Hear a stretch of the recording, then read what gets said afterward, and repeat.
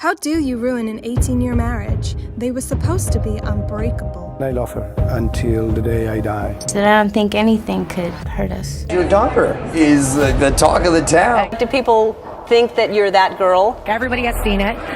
Have you?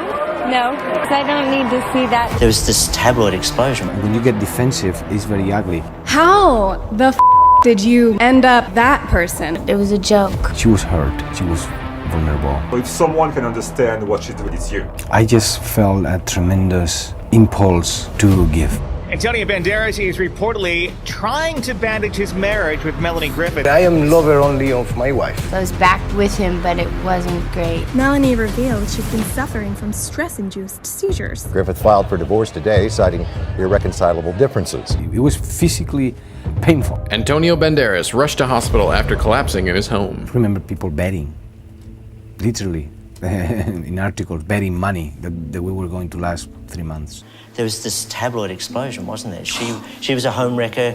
You were using her to further your career. We were in the middle of a hurricane. How have you managed to keep it together under all that pressure? We made a pact. We base our relationship in our family. My stepfather, Antonio Banderas, burst into our lives. I jumped from school to school and I was homeschooled and I struggled so much. He was so vibrant and so fun. We look around and we see our kids and the importance of having a stable family. Antonio wanted the supportive family he never had. How did your parents react to you wanting to become an actor?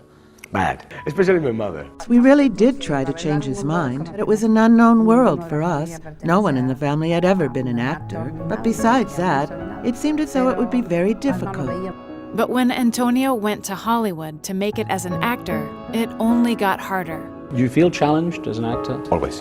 In the moment that you start to feel comfortable in what you're doing, you start losing the power. I couldn't sleep and I said, what am I going to do with this?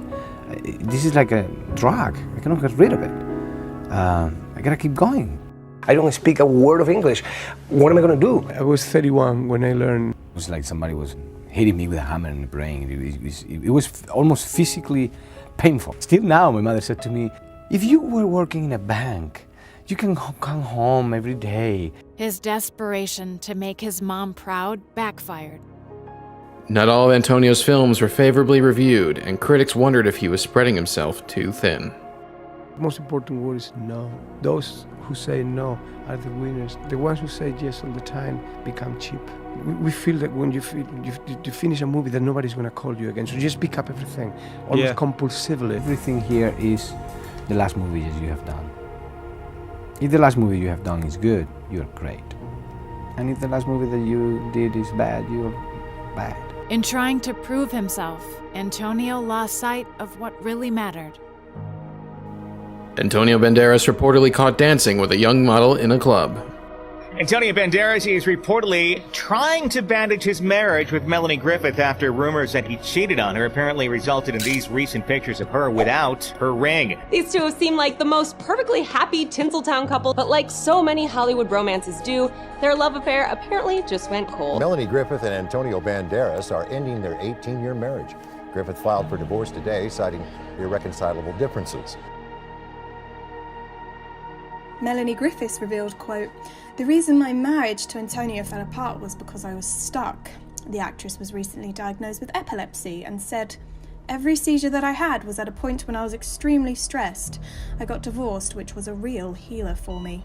But while divorce healed Melanie, Antonio's heart literally broke.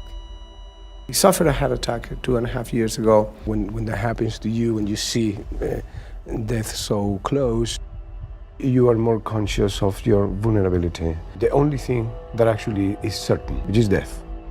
That night at the hospital, and there was this woman that came. It was an older nurse. She said to me, "Why do you think people say I love you with all of my heart, and they don't say I love you with all of my brain?" Your heart is actually a warehouse for feelings. You're gonna get sad, but then you're gonna come out different. You will see, you're going to learn something beautiful about this. And she was right. And suddenly I was crying. Everything was more raw. It was almost kind of necessary for me to metaphorically kill the Antonio Banderas that everybody knew. There are things that are, unexpected that happen in your life that may help you to understand yourself better and to have a different perspective of what is around you. The things that you thought that were important are not important anymore. What is really important with your daughter, your family, your friends. Antonio knew what he needed to do. I am an actor because I cannot verbalize certain feelings. I have to act. I bought a theater in Malaga, in my hometown, and I attach it to a school, and I have 600 students there studying and giving them what I didn't have when I started doing theaters. And that is very important for them because they feel important and they feel that somebody cares. I'm very happy about this project. It's fulfilling me so much. And when Dakota needed his support, Antonio stepped up in a way his parents never did. Dakota Johnson's new film, 50 Shades of Grey, is shocking audiences. Does this mean your mom might see this one? Oh, I don't think so. Are people weird around you because of that role? I don't think I can. Yeah. I think it would be strange. She's a really good actress. I don't need to see that to know how good she is. You know? All right, you don't have to see it. If someone can understand what she's doing in 50 Shades, it's you. That's not extreme, it's just acting. Right. She actually has been very committed. She's Great. fabulous. And that makes me very proud. Congrats, Coqui. You're doing great. By choosing what really mattered, Antonio got the proud family he'd always wanted. Antonio taught me about true passion and discipline. I got very lucky. I got a bonus dad who is actually one of the most influential people in my whole life. Papi, on behalf of your family, we are perpetually in awe of you. We are so proud of you, and we love you forever. I think when you receive an award, you have to dedicate it to somebody. I am going to dedicate the award to you, Dakota, because you always call me Papi. And still now you call me Papi, and I love that. You have no idea how much. It was 20 years of family life that was beautiful, but the best is still to come.